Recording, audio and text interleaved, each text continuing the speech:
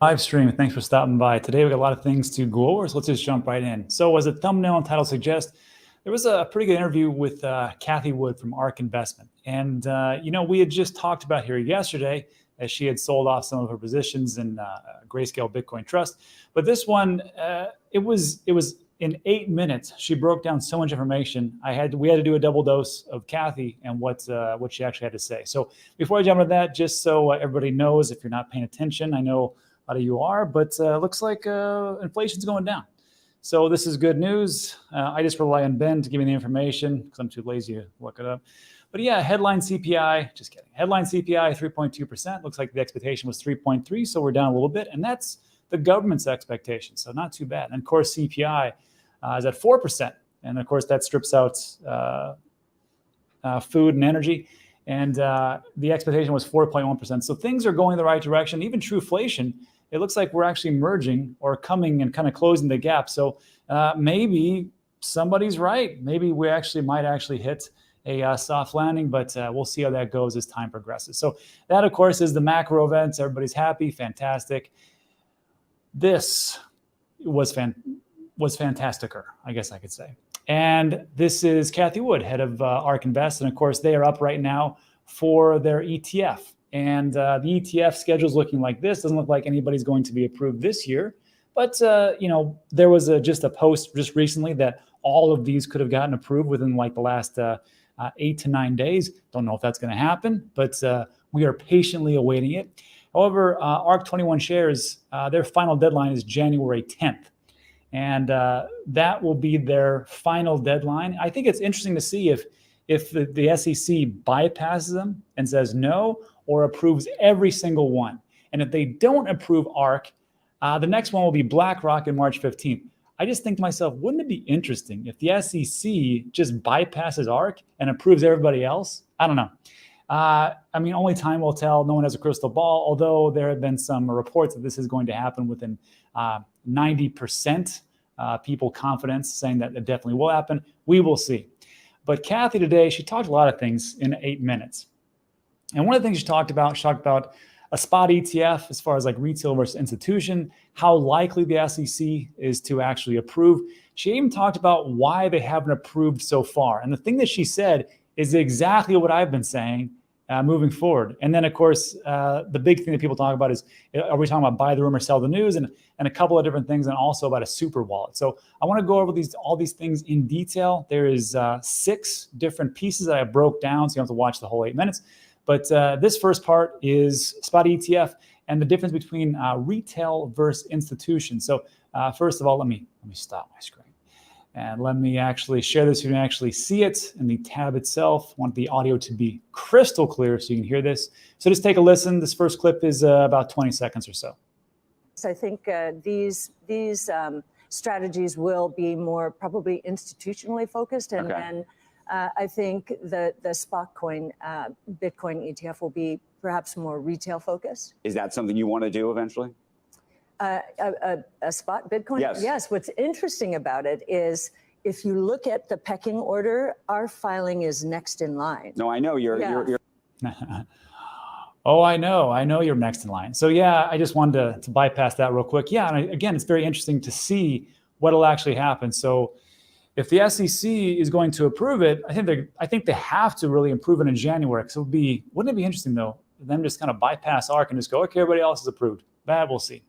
That was the first piece. And the next piece is how likely the SEC is to actually approve this. And there was some pretty great insight for what she has to say. Because remember, her investment company, they are on the front lines of getting this actually approved. And what she says about what the SEC is actually doing, maybe say, maybe I'm wrong. Maybe they will actually approve it just because of how stringent and how focused they are. Just take a listen to this. This is about a minute or so. The change is that the SEC actually asked us questions. I think asked us questions, asked BlackRock, probably has asked a lot.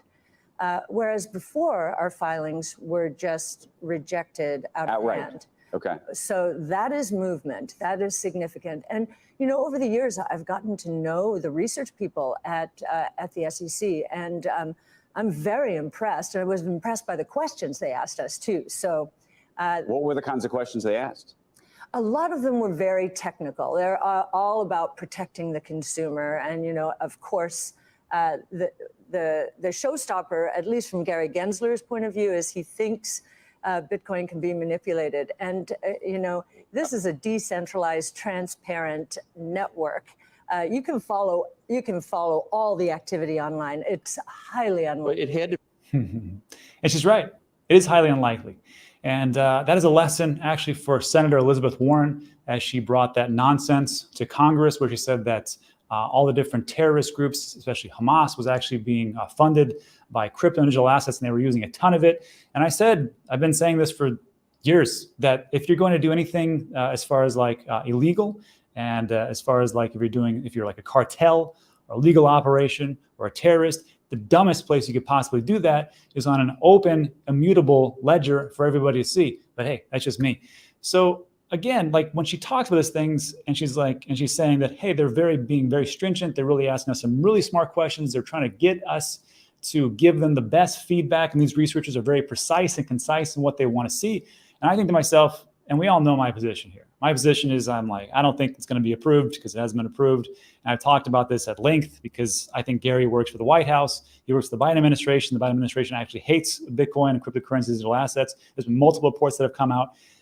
That's my philosophy. Everybody else is like, no, it's going to be approved. And like I've said before, hopefully it is approved. I would rather be wrong and rich than right and poor. So I'm hoping that it actually does. However, because of the insight that Cathie actually has, they ask her a very smart question. Well, if they're doing this much work and this much effort, why hasn't it been approved already? Because it seems to me that if Gary taught crypto and digital assets at MIT to a vast amount of students, he knows exactly what it is. He knows that if you can actually get in there and if you can manipulate the blockchain, hint, he can't. He knows as far as manipulation goes. So why is he pushing this back? This was a great response. And this kind of opened my eyes to, I'm like, yeah, it's exactly what I've been saying. So just take a listen to this next piece. This is about 30 seconds or so about why Gary and the SEC will not approve the spot ETF. Take a listen. To be that because he understands, Cathie. He's got enough. Not many people do. A lot of people don't have enough knowledge about how it works. Yes. To make an informed decision about Bitcoin. He taught at MIT so he understands that it's not a Ponzi scheme or a Beanie Baby. Right. So there has to be something else. Well, I don't know what it is. I have wondered, there's speculation that he's interested in the Treasury Secretary position at some point. What does the Treasury Secretary do? Protecting fiat for the government? I mean, very focused on, I don't know. I don't understand it myself because he definitely understands. He understands. So there's something else. There's something else. Okay, but there's something else, and that's what it was. Look, everybody says that Gary is a puppet of BlackRock and he's just a money-hungry person. And I'm like, I'm telling you right now, Gary made a boatload of money. I don't know if he needs more money. I don't know if he needs, but you know what people can never satiate their appetite from is power and position. And what she just said made a lot of sense to me when she's saying that, yeah, he's jockeying for a position for Yellen's position in the Treasury, and he wants to move up, and maybe he wants to do something else. So to do that, he's got to serve the almighty master. Who is the almighty master? I'll let you decide who that actually is. But I will just share one little piece here. And when she talks about the dollar and the strength of the dollar, and of course, that's what they want to prop up, you got to remember, the dollar or the Dixie itself, I mean, it's seen better days. And with the amount of debt that the United States is actually in and undergoing currently, it would behoove the dollar and the government to make sure that the dollar remains strong. I pulled this data from Ben's website. This is the Dixie, which is the strength of the dollar versus a basket of different other currencies. And you can see that this right here in the blue is Bitcoin. And underneath this is the strength of the Dixie, the DXY. And you can see it's almost perfectly inverse. I'm not saying it's perfectly inverse, but it is pretty darn inverse. When the strength of Bitcoin goes up, the strength of the Dixie, the dollar, goes down. When the dollar goes up, Bitcoin goes down. When Bitcoin, you get what I'm saying here, right? I'm not talking to myself. So when we take a look at this, I'm like, That makes a lot of sense. Now, is that the only thing? Can Gary push back the tide, which is the inevitability of a Bitcoin spot ETF? Not forever. But the question is, can he push it back long enough past January and past March? I don't have an answer for that because I don't have a crystal ball. Let me know what you think about that in the comments section. And then to finish up with Cathie, she had some really good points I never even thought about, which was she's talking about a super wallet. And she's talking about a super wallet. She talked about, is this a buy the rumor, sell the news? So take a listen to these two pieces. This one, again, it's about a minute or so long. And you make the call on this one about if it's buy the rumor, sell the news or not. Anticipation. And there could even be a sell on the news. But the fundamentals, we put out a Bitcoin monthly piece every month, and you can see the health of the network using our on-chain metrics. The health of the network is almost as good as it gets. And it seems like this is a bull market. Sure, we'll have puts and takes. Nothing goes straight up. But I think this flight to quality, Larry Fink used that expression. We call it flight to safety. You look at what happened during the regional bank crisis. Bitcoin went from 19,000 to nearly 30,000 as the KRE, the regional bank stock index, was imploding. If you look at the bank stock index today, it is back down close to where it was in March. So when Larry might say flight to quality, which is good, it's true, we would say flight to safety because there's no counterparty risk in Bitcoin. In terms of the ETF. So I got to go with that. And then, like she said, it's not going to go like straight up in a line. Nothing ever does, even in the bullish of bull markets. There's always going to be a little bit of pullback and a little bit of stagnation, a little bit. But I think this will be good. I think that will potentially be a buy the rumor, sell the news. But in the long run, I think we're all in the right place at the right time. And then this part was the most interesting. I had never thought about this, which was she talks about super wallets. And beforehand in this little clip, but I'm going to skip this part, where she talks about Coinbase, Robinhood, Twitter, or now it's called X, Square, and other different banks across the world, like in Brazil, Nubank. And she talks about the ones that will actually make this super wallet will be the big winners. And I thought to myself, that was a pretty damn good observation. So take a listen to this one and tell me what you think. I think that each of them has a very good opportunity in the digital wallet space. Basically, if you think about WeChat Pay, that kind of digital wallet where all financial services take place, there's peer-to-peer interaction, there's commerce over it. We believe that the rails in the United States have been good enough, right? But WeChat Pay showed the way, and I think we have. But is that a one-player winner? Meaning, and by the way, Elon Musk would like to be that winner with X if he could be. Absolutely, and I think he's got big plans. Absolutely, he started in the fintech space, and of course sold out to PayPal. So, right there, that was pretty good. And if you read between the lines of what she's talking about, the super bank or the super wallet is going to be the big winner. And so I'm an American, and I am an unapologetically proud American. But there's one thing that we lack, and that's a super wallet like, say, a WeChat. And when we take a look at it, like if you're in America, you may have never have seen this. And of course, other places around the world, you're like, that's just WeChat. What's the big deal? We don't have this. We don't have this. This is the super wallet. This is WeChat, from what I can see. Now, there might be updates. It might look a little bit different right now. I get it, right? But it's like one wallet, one app to rule them all. Like for us to order a taxi, that's Uber. For us, for utilities, that's a separate app for whatever different utility company they actually have. As far as like movie tickets, that's the AMC theater, so that's a different app. And it's kind of hard to get all these different apps together because Americans have like 100 apps on their phone. We don't have just one WeChat or something like that. And when she says like the one who actually wins or makes this like super wallet, the super app is going to be the big winner, I thought to myself, yeah, that's very true. You know who's trying to do that? And she said it in the clip, Elon Musk. And I will remind everybody, not that I think this is a lock. That's what I'm saying. But if you look at Elon Musk's account right now, he's got 2 logos still in his account for X. His baby, his one main play, not one main play, his one big app. He's got the logo of X, and you see this thing right next to it? That's the Dogecoin app. Now, maybe he just does that to troll. Maybe he just does that to just put it in there because he always talks about it, thinks it's funny, he's got a sense of humor. However, if you think about it, he has talked a lot about Dogecoin, and maybe that could be the rails of what he's going to choose. And he said multiple times, they're not going to create a separate crypto or digital assets for X. They're not going to do that. It's going to be something else. I think it could potentially be Dogecoin. Some people say, well, there's X there. Why couldn't it be XRP? Or why couldn't it be Bitcoin? Why couldn't it be the Lightning Network? Why couldn't it be this or that?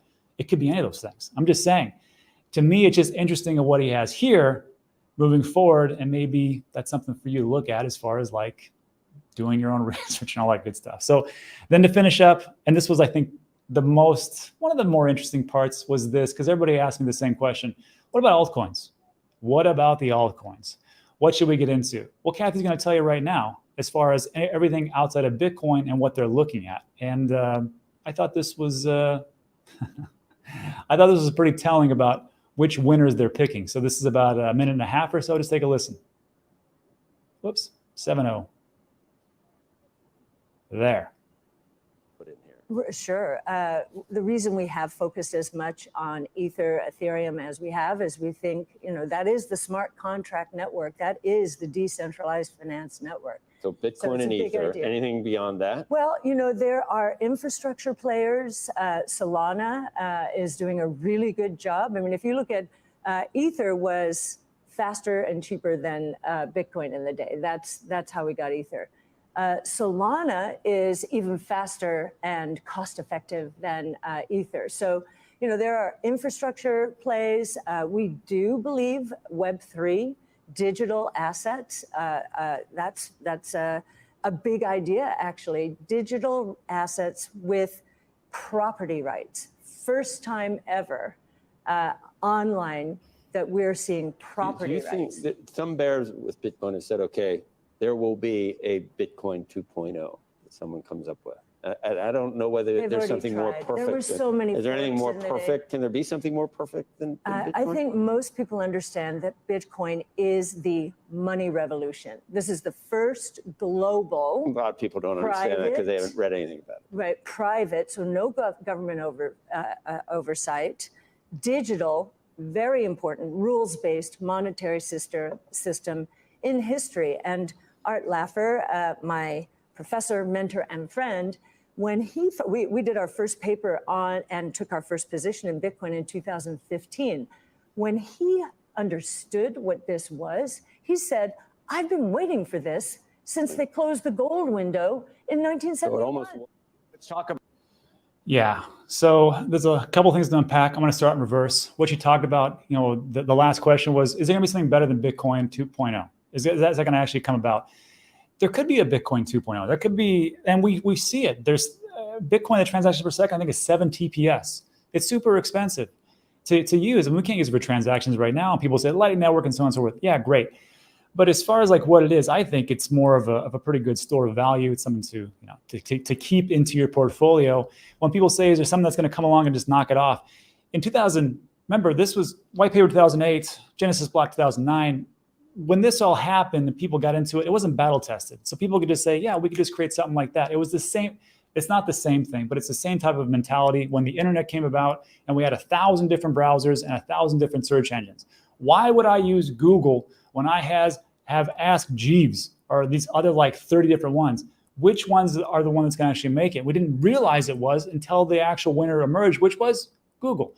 And now with Bitcoin pretty much just pulling away from the pack, everybody just trusts that. They look at it and go, this is the one. So as far as like store of value, that type of narrative, I think Bitcoin's pretty much going to win that one. Now, as far as like smart contracts and things like that, yeah, you can use stacks and stuff like that on Bitcoin, but who knows what's really going to be the end all be all. I think there's room for altcoins. I know some of the Bitcoin maxis hate me for saying that, but hey, it is true right now. And of course, what she's talked about as far as like with Ethereum, and then she brought up Solana. I know a lot of people hate Solana, but I can see it in the comment section. But it is what it is. And it looks like that's kind of like the one that's being anointed right now. Who knows if it can be overtaken by your favorite crypto, whether that be Cardano or Avalanche or Polkadot or fill in the blank of whatever your favorite one is. I'm not for sure.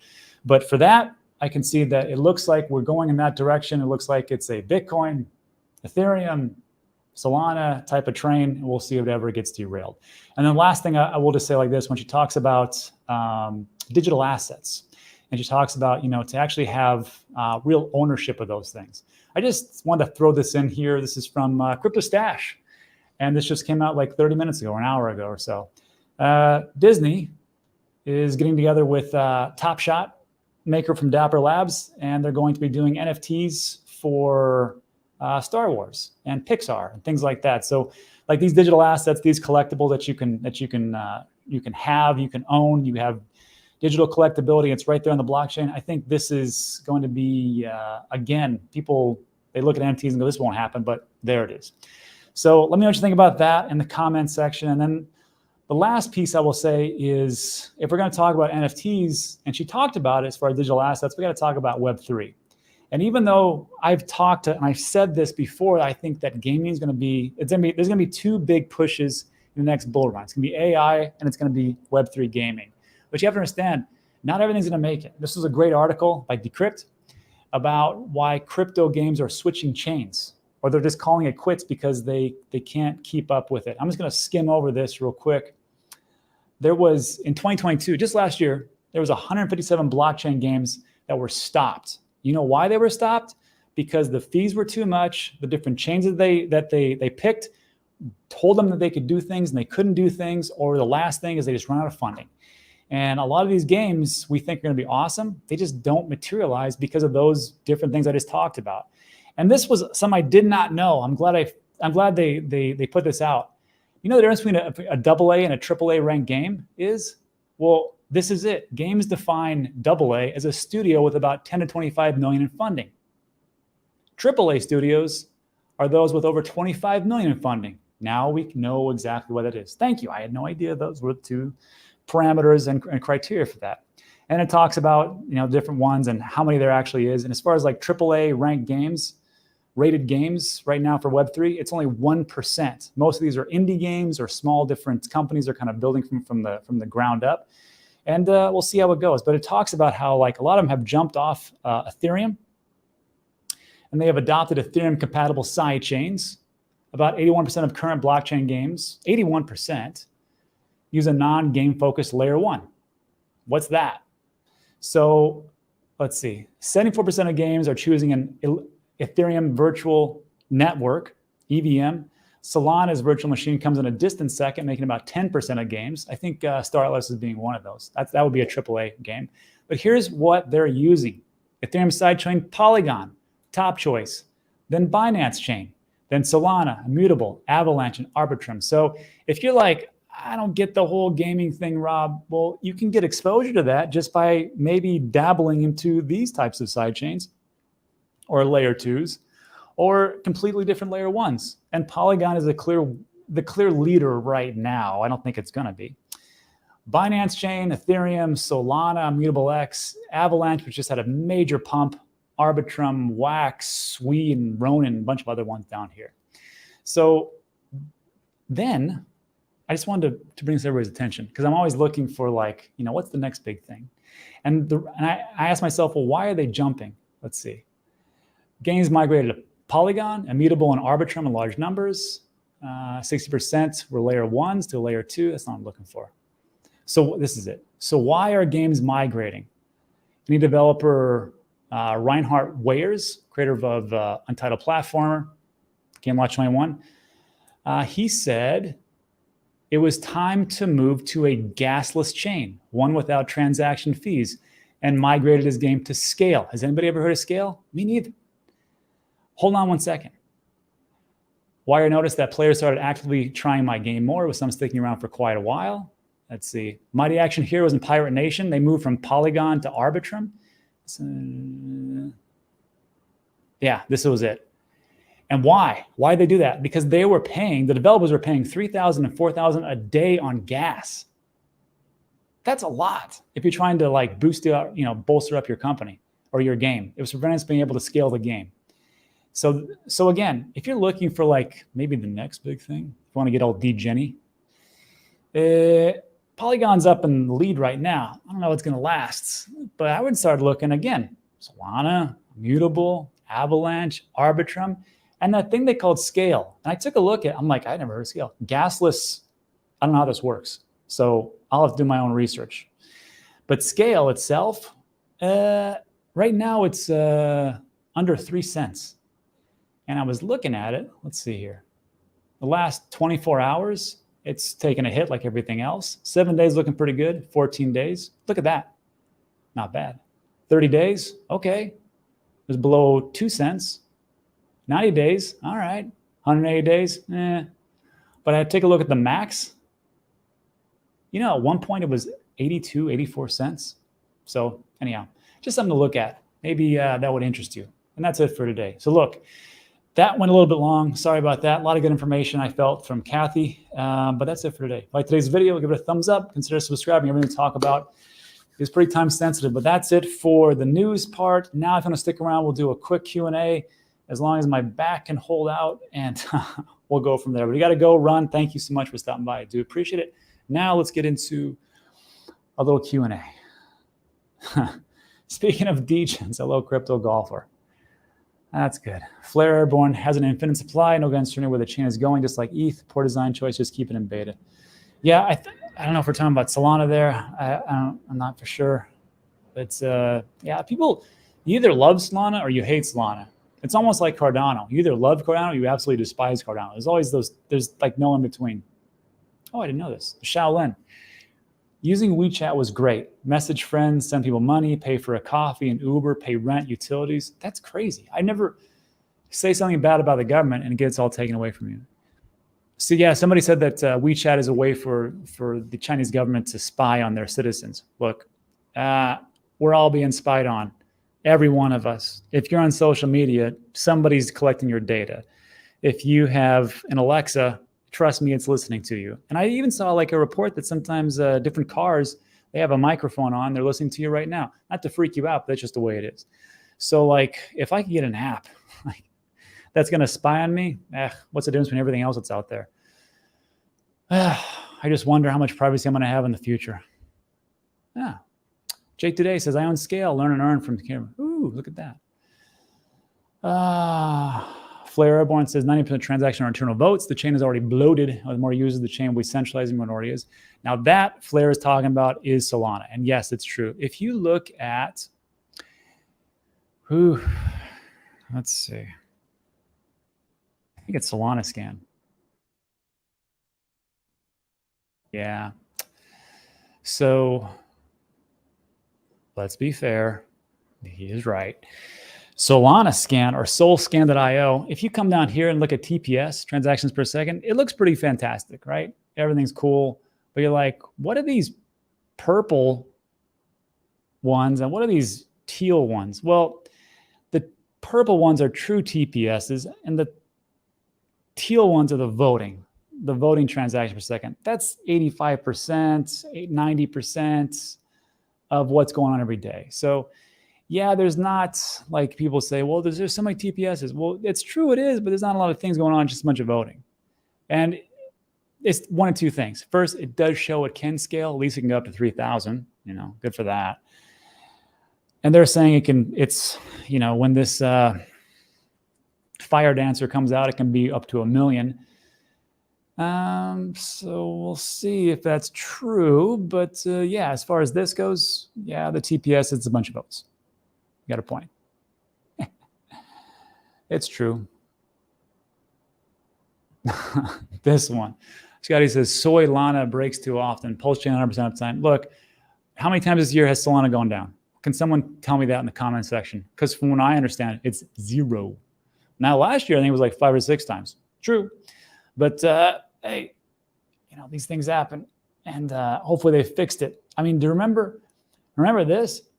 I remember when Coinbase, every time there was a run in the crypto market, it would go down. You couldn't buy anything. You couldn't sell anything.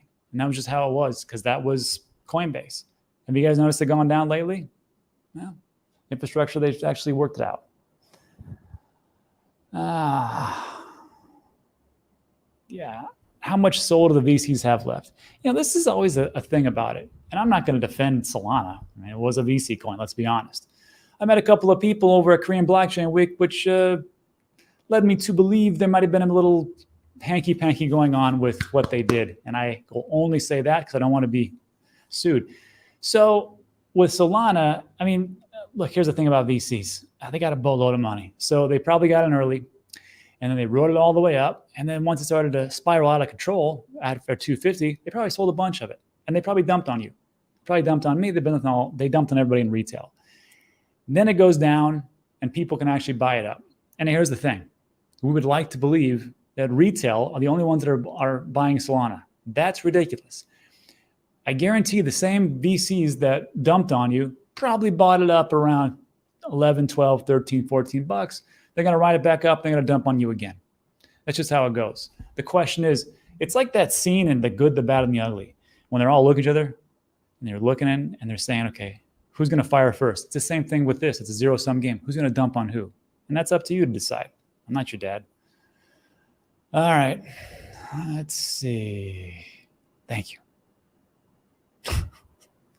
The old Pumpy Dumpy. That's a good one. Starless is the best project in Solana. Looks very promising. That's for sure. It's not delayed DCI in Sol. Sure. I mean, Fire Dancer should fix that, I guess. Banks are scared of Bitcoin. I can see that. And I think that's it. Didn't mean to flare up the chat. That's what the chat's for. That's the great thing about the chat.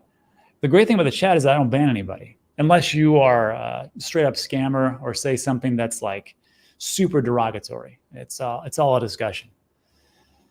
I mean, I may get ticked off at some people and I'm not going to ban them. And I may get a little heated, but that's just how it is.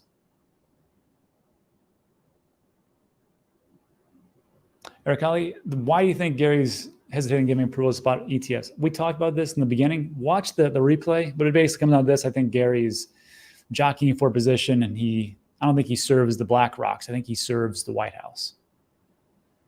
And your cell phone does listen to you all the time. I'm listening to your mic right now. Da-da-da. Hey, is this thing on? Tip your waitress. That was a good one. Oh, the good guys at Sin City Crypto here. What's up, gents? I'm sure it's nice. This is the best time to be in Las Vegas around this time. It's because it sure as heck is in June, July, and August. It's hot as hell. Rob, please get living pain-free by Gego Skew. Take care of yourself. Yeah, I looked at that one. It's a pretty good one. I'm going through physiotherapy and medications and stuff like that for my back. We'll see how it goes. Feels better today. It just still hurts. And I'm coming up in my time limit, actually. What do you think about Immutable X? I own it. I just don't actively dollar cost average it right now. I bought it a while ago. I think it's going to do very well, especially all the partnerships that they got going on. So, yeah. And I think I answered everybody's question.